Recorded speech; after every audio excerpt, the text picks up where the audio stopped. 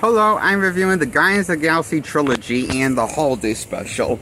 I give the Holiday Special a 7 out of 10 for being average, mediocre fun. In a forgettable mess of a comedy special for holidays. That's about the Guardians of the Galaxy kidnapping Kevin Bacon, the actor, and that's the premise for a Christmas present for Peter Quill. It's so funny, this premise. In the most forgettable way. Fun. Safe way. Funny. This feels like a very marketable, safe way to cash in on the holidays with the Marvel brand. I give this a 7 out of 10, the James Gunn's Holiday Special of Guardians of the Galaxy Holiday Special. It's mediocre for me. The story, the jokes, I don't know. But what can you say? It is a Guardians product, and it is from James Gunn, so... And it's from Marvel, so what can you expect? Mediocre at best.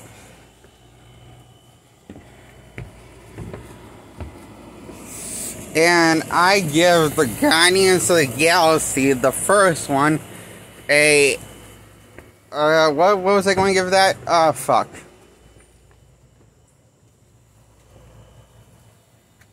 I'll come back to that. Right now I'm going to review Guardians of the Galaxy 2. I give that a 7 out of 10 average score.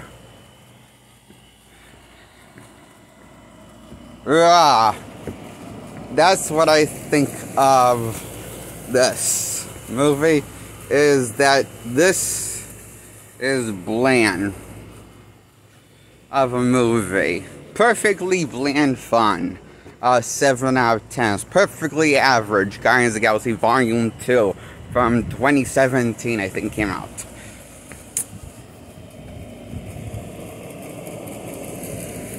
The James Gunn Trilogy of Guardians of the Galaxy.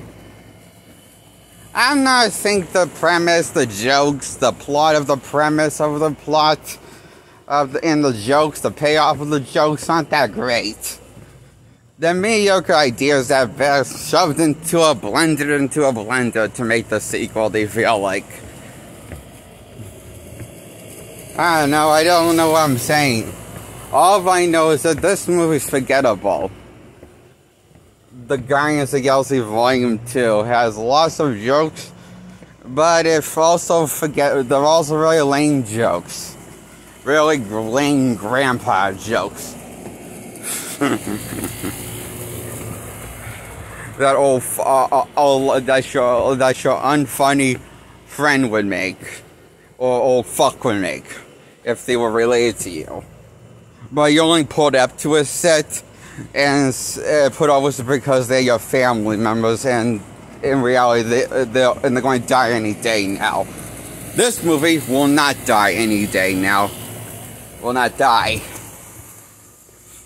This movie is a mediocre piece of horseshit of a movie from it feels like it came out from 2002 script. It came out, this movie feels like it's as bad like 2002 script to 2002 Spider-Man story. I don't know, this feels like a fucking mess of an idea of a movie. I don't know what the premise is like, so... Okay, you think... Okay, I'll give it a go. I'm going to tell you the premise, and I'm not going to make any of this shit up.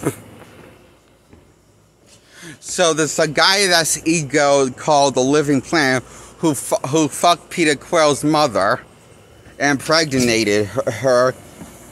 And Peter Quill's basically half god, half human somehow.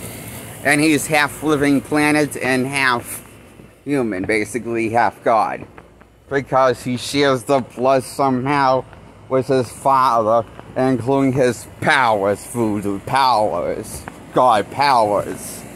I don't know how that works, but I guess they just, I don't know, it's just,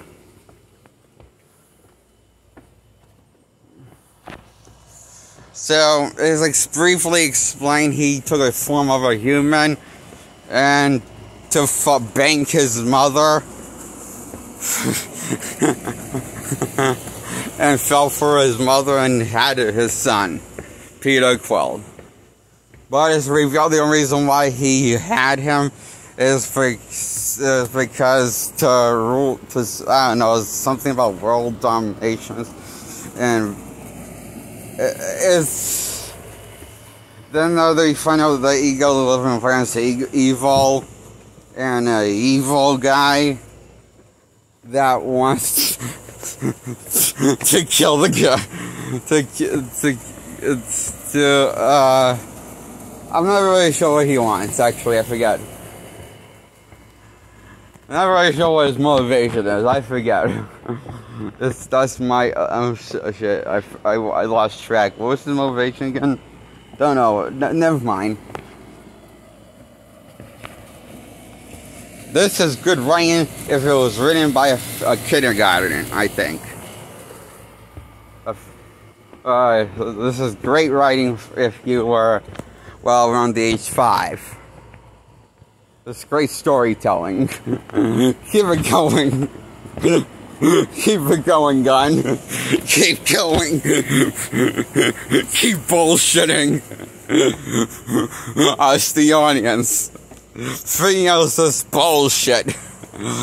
Yes, I love this bullshit. May I have another?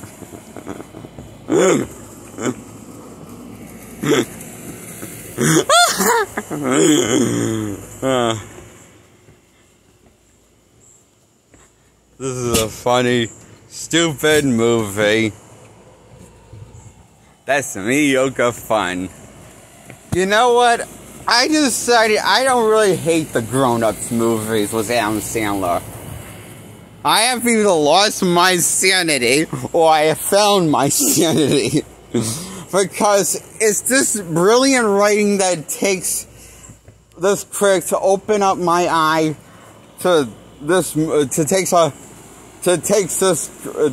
sometimes you gotta see this movies like James Gunn's movies, Guardians movies, to really put a perspective on Adam Sandler movies.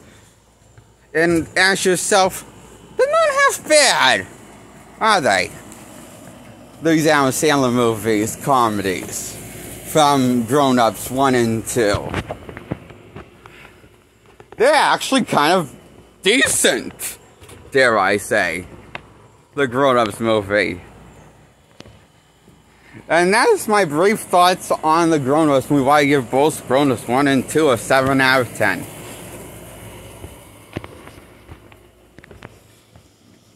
The Guardians movie, Guardians 2, gets a 7 out of 10 because it's mediocre horseshit that I can stomach. What? I don't know what that means.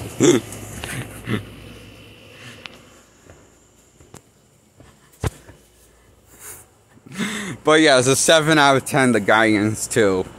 Guardians 3 and Guardians 1 gets an 8 out of 10 for the great score of above average.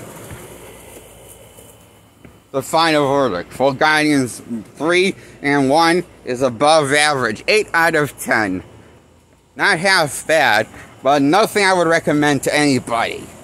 Even on my dying cancer, even I was dying of cancer probably or dying of some sort of terminal illness, or got run over by a car, and dying of bleeding out, I don't know. I am just thinking of random shit now. To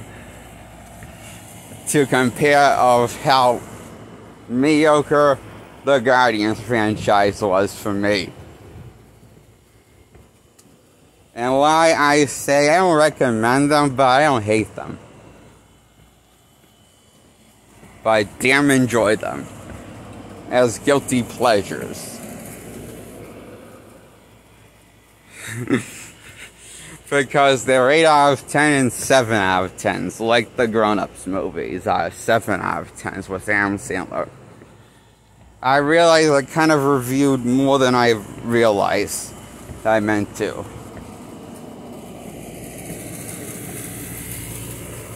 And that's my review on the grown-ups movies, and there's Guardians movies by I was going to say J.J. Abrams, but I meant James Gunn.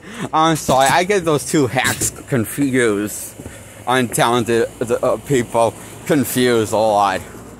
Because they're not my favorite people in terms of filmmaking that I've seen. I like them equally as much, is what I'm saying. Because they're forgettable, they're workers. But they're stupid, forgettable, fun work, which I can dig. Peace out. I will end this video, and like this video, please hit the subscribe by hitting the bell first, and then hit the subscribe button second. Goodbye, and share my content, see my older videos. Goodbye again, and this time I need to remember to shut off the camera. Found the off button.